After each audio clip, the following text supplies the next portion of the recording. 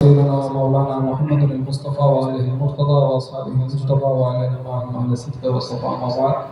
أعوذ بالله من الشيطان الرجيم. بسم الله الرحمن الرحيم. ألا إن أولياء الله لا خوف عليهم ولا هم يحزنون. صدق الله مولانا العظيم وصدق رسوله النبي الحبيب الكريم. আজকে গৌসে জামান হযরতে শাহ সুফি হাফেজ সৈয়দ আব্দুল বারী শাহজালাল হোসেন আলমের প্রতিষ্ঠিত দরবারে বারিয়া শরীফে আয়োজিত আজকে এই পবিত্র ফাতিহায়ে আজদহুম মাহফিল বরাবরের ন্যায় হযরতে শাহজালাল রহমাতুল্লাহ যেভাবে করে এই মাহফিল বার্ষিক মাহফিল হিসেবে পরিচালনা করে আসতেন, সেভাবে করে বাবাজান আলমের মাধ্যমে আজও পর্যন্ত অব্যাহত থাকা আজকের এই মাহফিল। আজকের মাহফিল আগত সকল ধর্মপ্রাণ মুসলমানগণ, আশিকে রাসূলগণ, ওলামায়ে আহলে বাইত রাসূলগণ, বিশেষ করে মঞ্চ প্রবিষ্ট আলামিন বারিয়া কামিল মডেল মাদ্রাসার সম্মানিত অধ্যক্ষ মহোদয় হযরতুল আল্লামা আলহাজ মাওলানা ডক্টর ইসমাইল উমারি সাহেব আলী এবং আলামিন বারিয়া মাদ্রাসা সহ আলামিন বারিয়া দর্শনী জামি মাদ্রাসার অন্যান্য উলামায়ে কেরামগণ, আসসালামু আলাইকুম ওয়া রাহমাতুল্লাহি ওয়া বারাকাতুহু। আল্লাহ পাক রব্বুল আজকের এই মোবারক মজলিসের মধ্যে আমাদের সকলকে আসা বসার তৌফিক দান করেছেন বলে আলহামদুলিল্লাহ। আমরা এতক্ষণ পর্যন্ত হযরতে হুজুর গৌসে পাকের শানে অনেক আলোচনা শুনেছি। এই অল্প কিছুক্ষণ সময়ের মধ্যে যে আলোচনা আপনারা শুনেছেন সেখানে শানে রিসালাত, শানে বেলায়েত উভয়টা ছিল। অল্প সময়ের মধ্যে চমৎকার আলোচনা শুনেছেন, সারবদ্ধ আলোচনা শুনেছেন। এই ধরনের আলোচনা যখন শুনবেন সেখান থেকে পুরোপুরি মনে রাখতে না পারলেও চেষ্টা করবেন পুরোপুরি মনে রাখার জন্য। পুরোপুরি সম্ভব না হলেও অল্প সংখ্যক কিছু বিষয় মনে রাখার জন্য চেষ্টা করবেন। যেমন হযরতে হুজুর গৌসে পাকের কারামত যখন বর্ণনা করা হয়, তিনি মুর্দাকে জীবিত করেছেন। এই বিষয়টা নিয়ে আমাদের মধ্যে অনেক সন্দেহান আছে। আমরা বিভিন্ন মুসলিম ভাইদের মুখে আমরা শুনে থাকি। আসলে আপনি যদি কঠিন করে দেখেন এটা অনেক কঠিন, আর যদি সহজ করে দেখেন তাহলে এটা অনেক সহজ। বিষয়টা হচ্ছে এরকম, আপনি যদি খেয়াল করেন তাহলে এক বাক্যে আপনার থেকে বলতে হবে সমস্ত নাজ ও নেয়ামত যাহা কিছু আমরা পেয়েছি এবং যাহা কিছু কিয়ামত পর্যন্ত আগন্তুক মানুষেরা পাবে, হিন্দু হোক মুসলিম হোক যে কোনো ধর্মের অনুসারে হোক না কেন, तमाम নেয়ামত যেগুলো পাবে সমস্ত নেয়ামত কে দান করবেন? আল্লাহ দান করবেন। আপনি যদি বলেন যে আল্লাহ আমাকে দেয় নাই, আমি নিজে নিজে পেয়েছি, এটাতে আপনি খুশি হবেন। কিন্তু আপনি যখন বলছেন যে আল্লাহ আমাকে চোখের জ্যোতি দিয়েছে, আমি চোখে দেখতে পাচ্ছি, শ্রবণ শক্তি দিয়েছে, আমি কানে শুনতে পাচ্ছি, তাহলে কোনো দোষ আছে? দোষ নাই। একটা হচ্ছে আল্লাহ শানে আপনি যখন কথা বলছেন এমন ভাবে বলছেন যে আল্লাহ আপনাকে দেয় নাই, এটা বেয়াদবি। আবার আপনি যখন বলছেন আমার কাছে যা আছে সব কিছু আল্লাহ দিয়েছেন, তাহলে এগুলো আপাই হয়ে গেল। আল্লাহ দিয়েছেন, আপনি পেয়েছেন, এখানে কোনো সমস্যা নাই। যখন আল্লাহ দিয়ে থাকেন তখন আপনি নিয়ামত পেলে সেটার শুকরিয়া আপনি আল্লাহর দরবারে আদায় করবেন। যেমন হযরতে ঈসা রূহুল্লাহ, হযরতে ঈসা আলাইহিস সালাম এত বড় একজন পয়গম্বর যিনার উপর আসমানি কিতাব নাযিল হয়েছে, তিনি মুর্দাকে জীবিত করেছেন।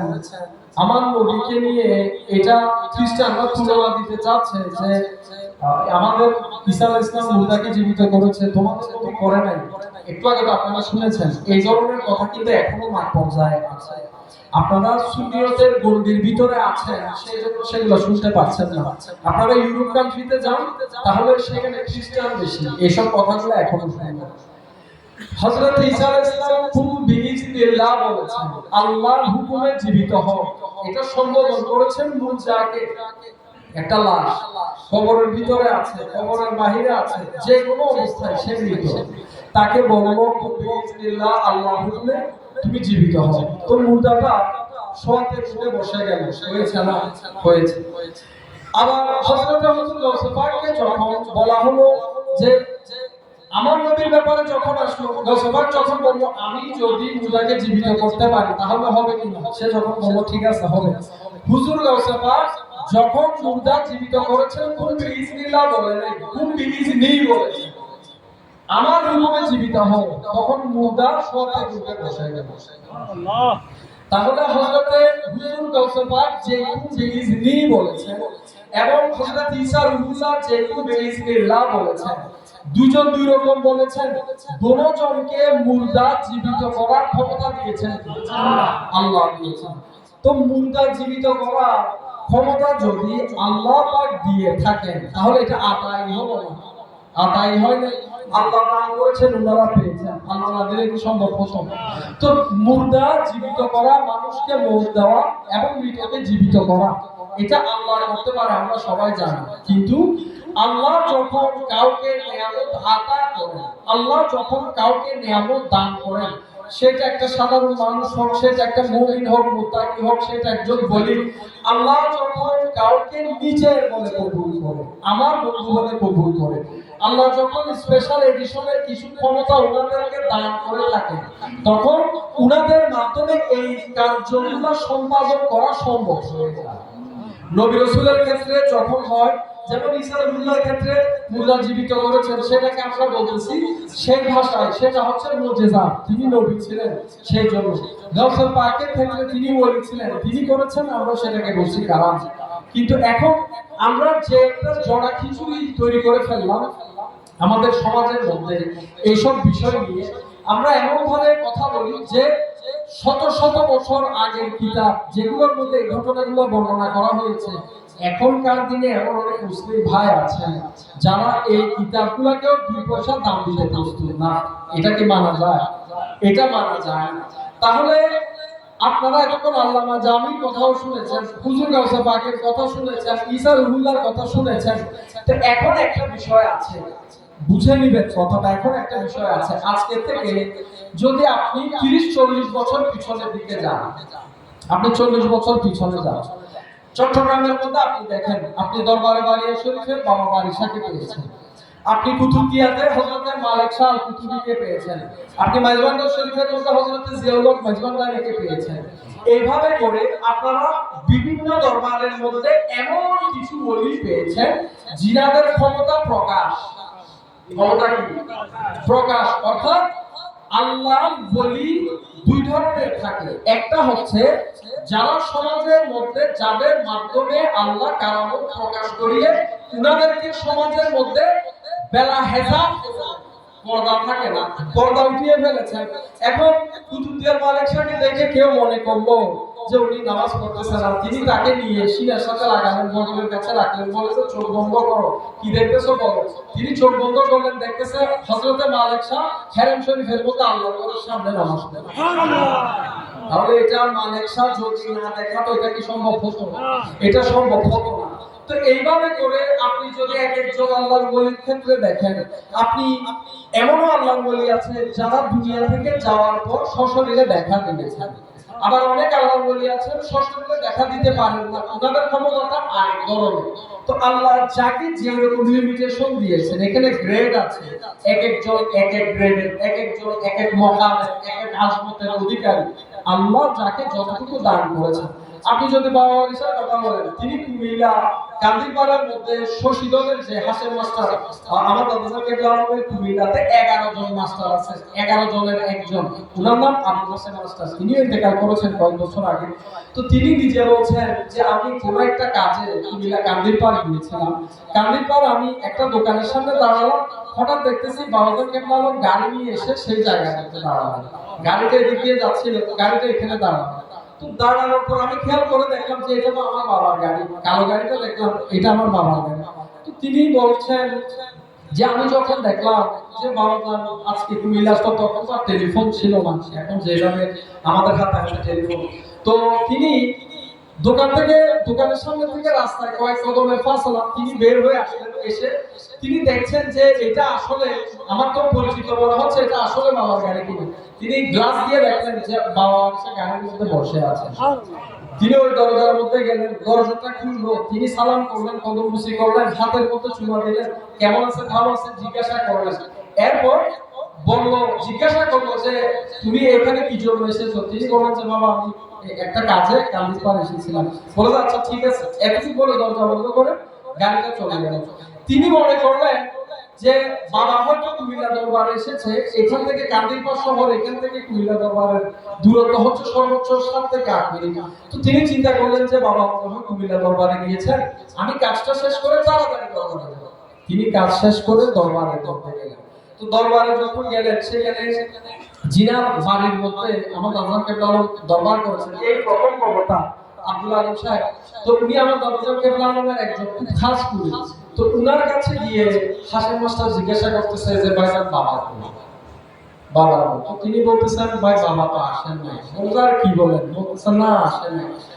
উনি বলতেছেন আমি এই মাত্র কান্দিপাড়া আধা ঘন্টা আগে দেখা করলাম। তো বলতেছে বিশ্বাস না হলে টেলিফোন দেন। তো 6700301 এটা খুচরা শরীফের টিএনটি নাম্বার, যেটা আমার বাবার মনে আছে এখন। এই নাম্বারের মধ্যে ফোন দিল। ফোন দেওয়ার পর কথা বলবো, সম্ভবত ইউসুফ কাকা তিনি খাবেন ছিলেন, তিনি রিসিভ করলেন। জিজ্ঞাসা করবো বাবাজান কোথায়? তিনি বললেন বাবাজান চট্টগ্রাম আছেন। তো তখন বলতেছেন ভাই আপনি শুনেন। ভাষা মাস্টার বলতেছে আর কত কিছু দেখা যায় আমাদেরকে, উনি আছেন চট্টগ্রামে, আমাকে কান্দিরপাড় দেখা দিয়ে গেলেন। তাহলে তিনি হায়াতে জিন্দেগিতে চট্টগ্রাম হুজরা শরীফে অবস্থানরত সময়ে কুমিল্লা কান্দিরপাড়ে উনি না, উনার ড্রাইভারকেও দেখেছে, উনার গাড়িকেও দেখেছে। তাহলে এই ক্ষমতা আল্লাহ এসে দিয়েছে আল্লাহ। তো এগুলো নিয়ে বাড়াবাড়ি না করে যদি এই ক্ষমতা জানতে হয়, বুঝতে হয়, আপনার থেকে রুহানিয়তের জগতে আসতে হয়। মানুষের মধ্যে 2 ধরনের শক্তি আছে, বুঝে নেবেন, এগুলো তরিকতের কথা। 2 ধরনের শক্তি আছে। একটা হচ্ছে আপনার দৈহিক শক্তি, এই যে আপনি আপনার স্বাস্থ্যটা আপনি ঠিক রাখার জন্য, আপনার মধ্যে শক্তি থাকার জন্য, চলাফেরা উঠা বসা, আপনার মধ্যে শক্তি থাকা, সুস্থ থাকা, আপনি নরমালি চলাফেরা করার জন্য ভালো ভালো পুষ্টিকর খাদ্য খাইতেছেন না, খাচ্ছেন। কেউ মাটি কাটছে, কেউ অফিসে বসে চেয়ারের মধ্যে বসে অফিস করতেছে, কিন্তু মানুষই কেউ অফিসে, কেউ মাটি কাটতেছে, কেউ দিনমজুর কাজ করতেছে। এই যে মানুষ যার যার শক্তি, এই দৈহিক শক্তিটা যার যার কর্মজগতে যেথায় সে খরচ করতে ইচ্ছুক, সেটাই সে সেটা খরচ করতেছে। এটা তো দৈহিক শক্তি আপনি দেখলেন, কিন্তু আরেকটা শক্তি আছে যেটা রুহানি শক্তি। আপনার মধ্যে, আপনার দেহ কাছার মধ্যে একটা অচিন পাখিরও একটা রূহ আছে। আপনি কি সেই রূহটা কখনো দেখেছেন? কখনো দেখেন নাই। আমার রূহ আপনি দেখেন নাই, আপনার রূহ আমি দেখি নাই।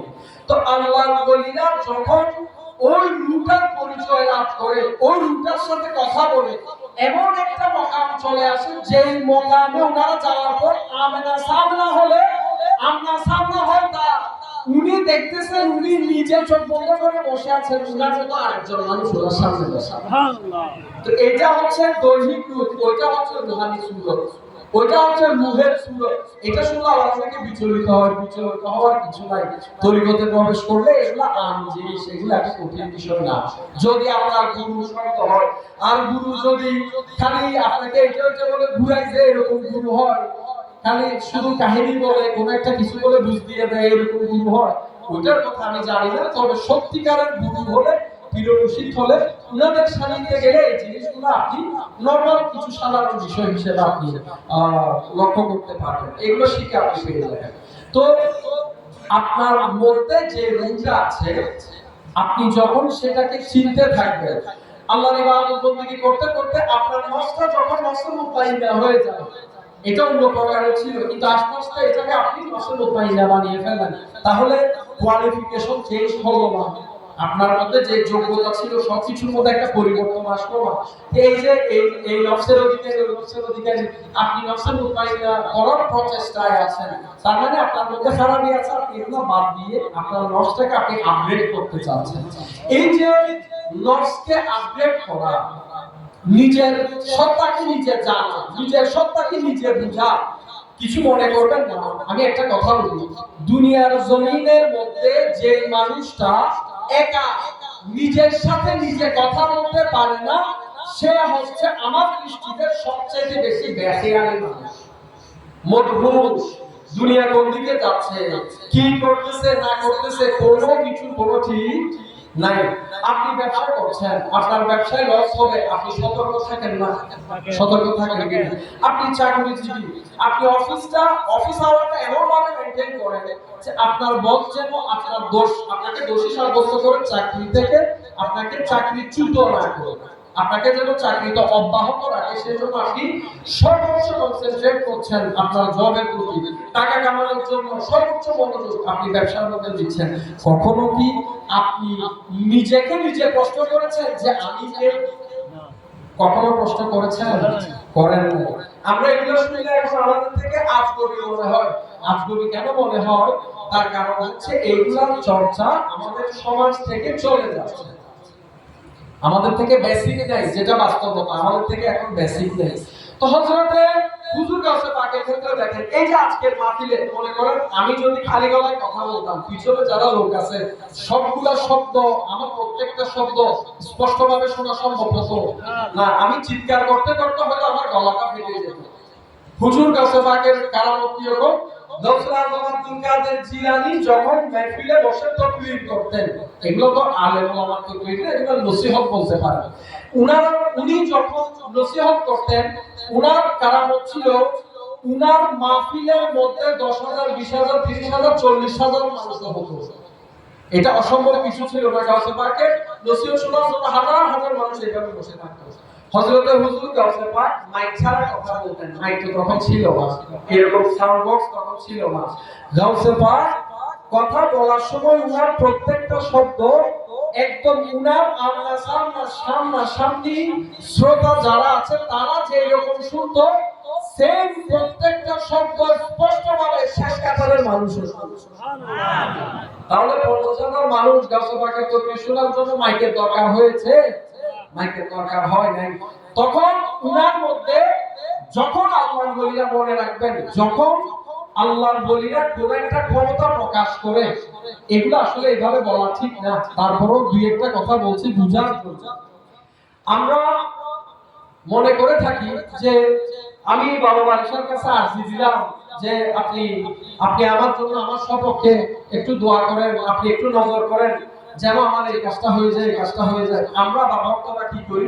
আমরা অভিমান করি। এটা শুধু এই ধর্মে সব দরবারে আছে যে এত বড় একজন আল্লাহর ওলি চাইলে তো আমাকে একটা সন্তান দিতে পারে, এত বড় একজন আল্লাহর ওলি চাইলে তো আমার ব্যবসাটা একটু উঠাই দিতে পারে, দেয় না কেন? আমরা অভিমান করি না? আমরা অভিমান করি। আল্লাহর ওলিরা হাঁটতে বসতে কোনো সময় কারামত দেখায় না। কর্ণফুলী নদী এক লোক নাকি হেঁটে পার হয়ে গিয়েছিল আমার দাদুমানের আমলে।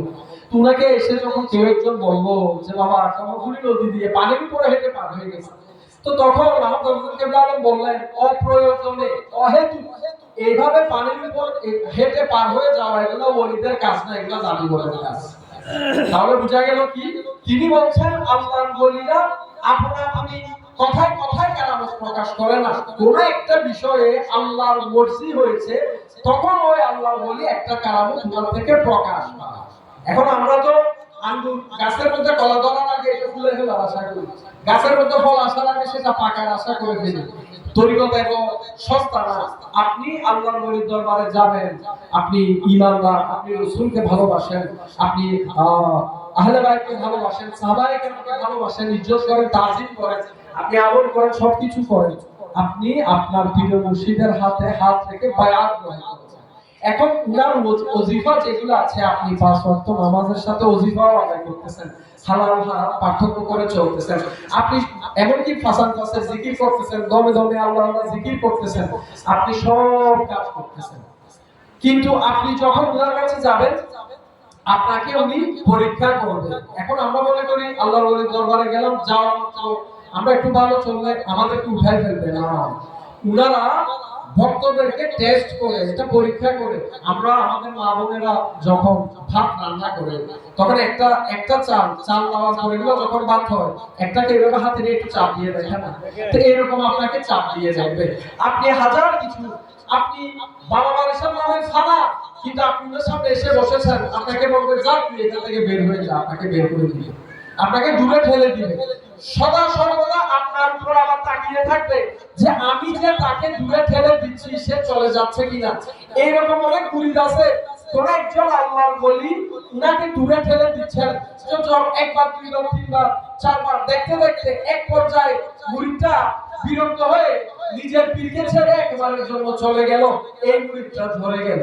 কারণ এটা টেস্ট করার কারণ কি, আপনার মধ্যে যে রূহানি নিয়ামত আপনার পীর মুর্শিদ রাখবে, আপনার অন্তর, আপনার মধ্যে, আপনার ভিতরে ততটুকু খবর আছে কিনা, আপনি সেটা লোক নিতে পারবেন কিনা, গোপনীয়তা রক্ষা করতে পারবেন কিনা, সামনে পিছে ডানে বামে উপরে নিচে সব দিক দিয়ে পরীক্ষা করে আপনাকে কিছু নিয়ামত দান করা হবে।